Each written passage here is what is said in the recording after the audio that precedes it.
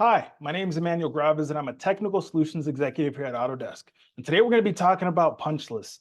When I was a QC manager, punch list was a painful thing that you had to do right before closeout because you had to take out this clipboard, start running your quality reports, and making sure everybody actually did what they said they did to the owner's standard. And that's the key. Well, now with Autodesk Construction Cloud, we've simplified that so you can just bring your phone and leave everything else behind, take the photos of what's wrong in the field and assign that to the correct individuals. So I'm going to go ahead and show you how you can actually do that on the iPad right now. So as you guys can see, we have a university expansion project, and I'm going to go ahead and click into it. But before I do, I'll just quickly note that you have the option to leave all those other projects that you guys were working on previously in the cloud so that you can have all the information that you want right now downloaded on your mobile device. When I click on this specific project, usually what I would do is I'd actually go to the specific drawing set, the sheet, the location of where I'm going to create those punch list items. So I'm going to click on this sheet right here, and I'm going to basically go to the location of where I am in this room so that I can let that painter know, hey, there's some touch-up items that we want to fix. So we can actually do that through using our issues tool in the Autodesk Construction Cloud. Issues can basically be defined as any type of report or item that you want to track for your projects. So this can be customized to how you guys want to see it. We have a lot of predefined defaults right out the box for commissioning, clash detection, building code issues, observations, pre-punch lists, etc. But if you want to save some time and not fill these out from scratch, we definitely recommend that you use a template. And a template's going to have all those items, those parameters within the issue pre-populated. So your guys in the field can just focus on taking that photo, marking it up, and sending it back to you guys back in the office to report on. So today we're going to create a painter touch-up punch list item. So I'm going to click on this template. When I click on the template, now it's going to ask me where I want to locate this push pin or this issue. I'm going to locate it where the issue that I want him to fix is actually located. So I just located it right there. And now, as you see, it already predefined the status, the type, it has a description. It even assigned it to Parker, my painter, for me.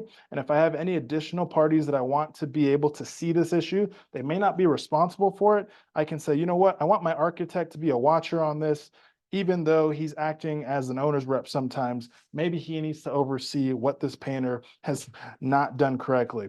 And then you can add any other custom attributes you want to your issues, from GPS location to even, error code, serial numbers, etc.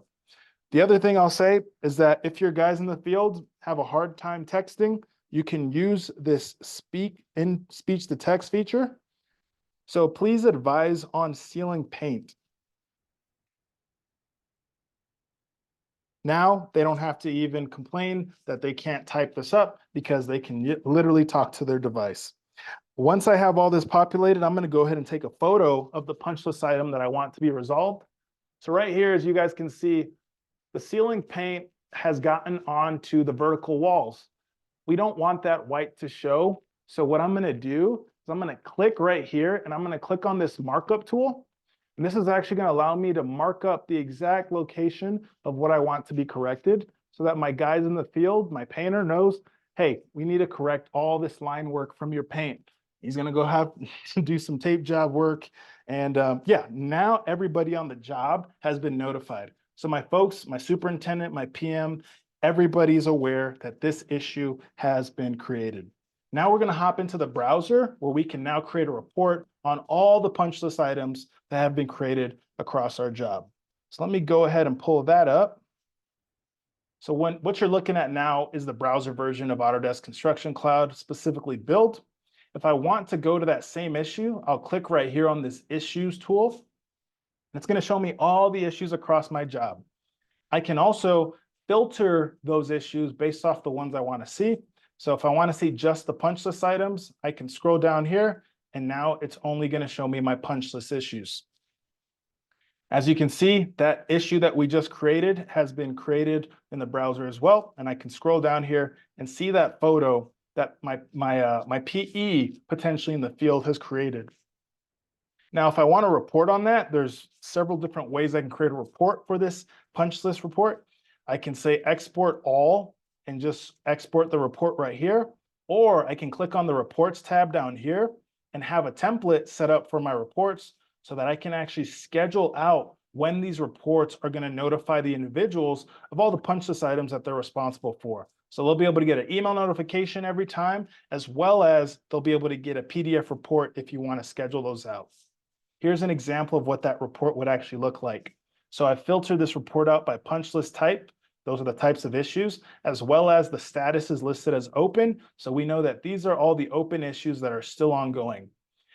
These are automatically hyperlinked so that if I click on this in the report, it's going to take me to that specific issue, or I should say punch list item, and it's going to show me all those parameters that we just talked about.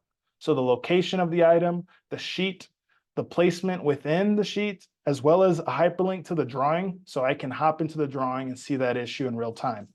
You also notice that the photos all have a timestamp so that you know when this issue was created, as well as when they solve the issue, you can have a progress tracking photo taken so that you can compare and contrast exactly when it was resolved, making sure that you have an audit trail, keeping everybody on the job accountable.